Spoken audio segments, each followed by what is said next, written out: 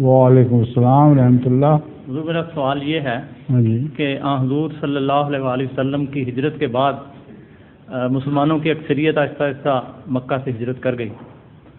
میرا اس میں سوال یہ ہے کہ کیا حضور صلی اللہ علیہ وسلم نے ان کو ایسا کرنے کا ارشاد فرمایا یا آپ کے اسوہ کو سامنے رکھتے ہوئے؟ حضرت صلی اللہ علیہ وآلہ وسلم نے واضح طور پر فرمایا تھا کہ جو لوگ وہاں موجود ہیں ہجرت کر سکیں وہ ہجرت کریں میرے ساتھ، بڑا نمایاں حکم ہے۔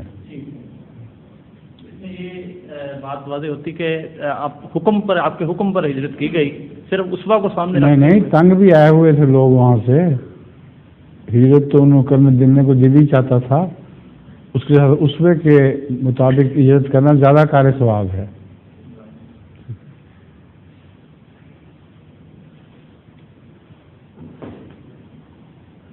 ظہور